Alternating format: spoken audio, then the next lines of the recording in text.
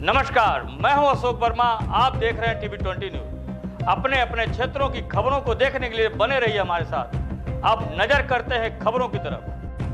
तो खबर आजमगढ़ से है, जहां कांग्रेस द्वारा तमसा प्रेस क्लब आजमगढ़ में लोकसभा चुनाव हेतु हुंकार भरा गया। आपको बता दें, शीर्ष नेतृत्व के आह्वान पर आजमगढ़ कांग्रेस द्वारा इंडिया गठबंधन के प्रत्याशी को आजमगढ़ की दोनों सीटों पर जीत दर्ज कर इंडिया गठबंधन को मजबूत और देश में भाजपा को उखाड़ फेंकने का संकल्प लिया है। कांग्रेस जिला अध्यक्ष प्रवीण कुमार सिंह की अध्यक्षता में सभी ब्लॉक अध्यक्ष, न्याय पंचायत अध्यक्ष, ग्राम सभा अध्यक्ष, बूथ कमेटी अध्यक्ष सभी साथी उपस्थित रहे। जिला अध्यक्ष ने कहा कि देश में यदि भाजपा से कोई लड़ रहा है तो वह हमारे नेता राहुल गांधी। भारत जोड़ो न्याय यात्रा के जरिए राहुल गांधी जी ने देश के करीब प्रताड़ित लोगों से मिलकर एक नया इतिहास बनाया है। हर वर्ग के लोगों से मिलकर, चाहे वह महिला हो, चाहे वह युवा हो, वह किसान हो, सारे लोगों की समस्याएं उन्हीं की जुबानी सुना और उसे बड़े पैमाने पर उठाया। कांग्रेस सरकार बनी तो हम इसे प्राथमिकता के आधार पर पूरा करने का कार्य करेंगे। मीडिया से बातचीत करते हुए क्या कुछ कहा है कांग्रेस जिला अध्यक्ष ने, आप सुनिए।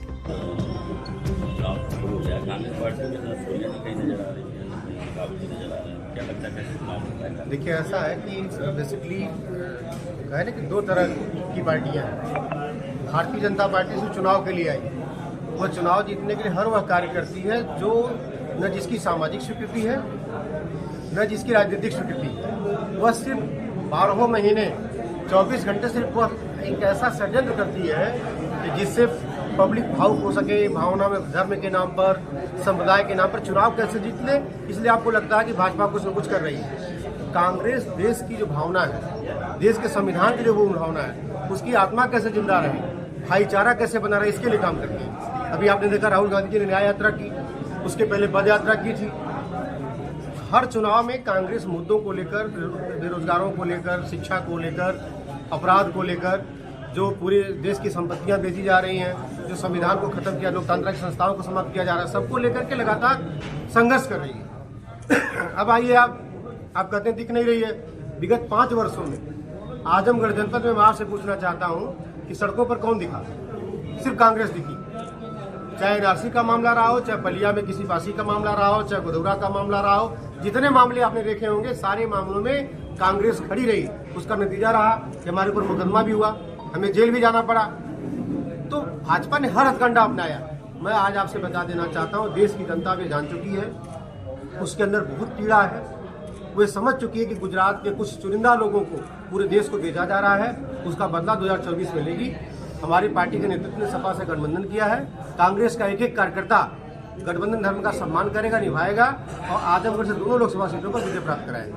सर, जनता की अगर माने तो जनता का साफ तौर पर कहना है कि national party, Bharatiya Janata party और कांग्रेस पार्टी, लेकिन कांग्रेस पार्टी धरातल पर कहीं नजर नहीं आ रही। क्या लगता है चुनाव पर इसका इफेक्ट पड़ेगा? भाई, मेरा सिर्फ ये कहना है कि अगर हम धरातल पर न होते, लोग तो कह रहे हैं कि राहुल गांधी को लोगों ने पप्पू बनाया, पागल बनाया। हमने आजादी के बाद सबसे कम वोट में पाया, 2077 वोट पाया। तो वोट ही पैमाना नहीं कि अगर हम वोट नहीं पाए तो हम नेता नहीं है, हम संघर्ष नहीं, हमारे अंदर क्षमता नहीं है। हम तो लोगों के लिए हम न खड़े हुए। आप बताइए, आप प्रेस के लोग हैं, कौन सा ऐसा मुद्दा था जहां बसपा खड़ी हुई, जहां भाजपा खड़ी हुई? खड़ी तो कांग्रेस ने हुई। भाई, लोगों ने वोट इसलिए नहीं दिया कि लोगों को लग रहा था कि हमको भाजपा को हराना है। लोग सपा की तरफ चले गए। जिसके दिमाग में था कि सपा को हराना, वो भाजपा की तरफ चला गया। इस बार भी उसी तरह से लोगों के दिमाग में है कि हमको भाजपा को हराना है। सारे लोग एक मत होकर के, और मैं बता दे रहा हूं आपसे कि बहन जी को प्रत्याशी नहीं मिल रहा। दलित समाज भी जान रहा है कि संविधान को अगर बचाना है तो गठबंधन को, जो इंडिया है, उसको जिताना है।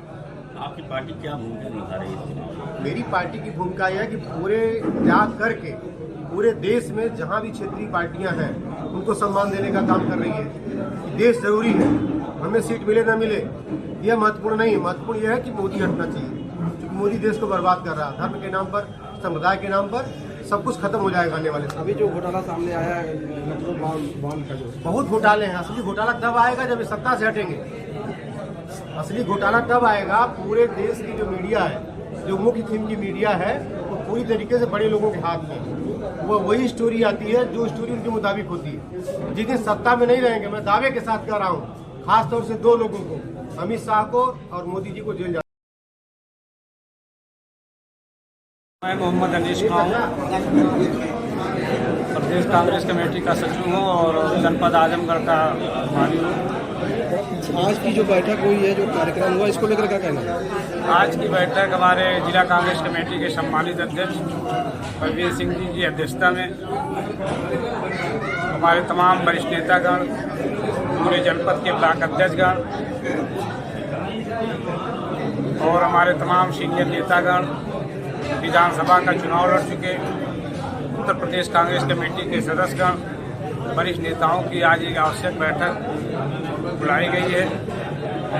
जनपद के दोनों सीटों में इंडिया गठबंधन के प्रत्याशी घोषित हो चुके हैं।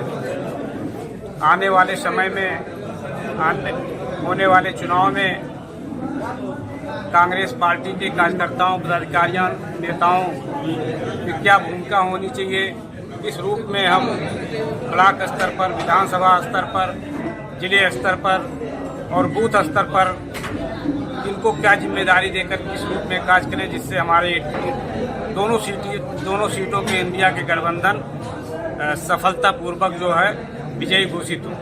सर, एक तरफ इंडिया गठबंधन राहुल गांधी जी का भरोसा है, जनता का नारा दे रही कांग्रेस, और दूसरी तरफ जो है एनडीए कह रही है कि मोदी जी की गारंटी है, तो इसको लेकर क्या कहना है लोकसभा चुनाव को लेकर? एक तरफ इंडिया गठबंधन है जो सच के रास्ते पे चल करके हमेशा सच्चाई की बात करते हैं, जो हमारा नेतृत्व बलिदानी है, त्यागी है, बड़े बड़े पद को किनारे रख करके देश की सेवा, समाज की सेवा, विकास की बात करते हैं।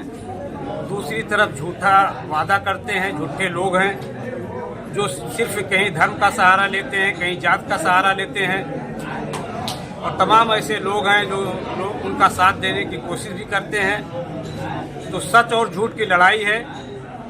मेरे ख्याल से 10 साल उनके शासन को देश की जनता देख चुकी है, सच को समझ चुकी है, और जो झूठे वादे किए, झूठे काम किए, झूठे लोगों को भी समझ चुकी है।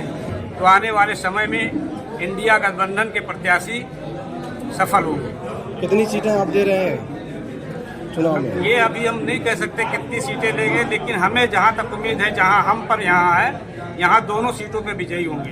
बीजेपी तो कह रही है और प्रधानमंत्री जी भी कह रहे हैं कि अब की बार जो है 400 पार। देखिए, वो कुछ भी कह सकते हैं। मैं जहाँ का रहने वाला हूँ, अम्बेडकर नगर जनपद का रहने वाला हूँ, वहाँ लालजी वर्मा जी विधायक इंडिया गठबंधन के प्रत्याशी हैं। आप मीडिया के साथीगण हैं, आप खुद यहाँ से पता कर लीजिए, चाहे जा करके चाहे पता कर लीजिए वहाँ की स्थिति क्या है। यहाँ आजमगढ़ जनपद में धर्मेंद्र यादव जी जो है चुनाव लड़ने जा रहे हैं, घोषित हुए इंडिया गठबंधन के, उनकी स्थिति क्या रही है आप स्वयं जानते हैं। तो उनकी बात झूठी है कि सही है, आप अपनी आत्मा से स्वयं समझ सकते हैं। तो मुद्दा क्या होगा चुनाव? मुद्दा हमारे नौजवानों के रोजगार के लिए, किसानों की भलाई के लिए, किसानों के समर्थन मूल्य दिलाने के लिए, बहन बेटी की सुरक्षा के लिए, यही हमारा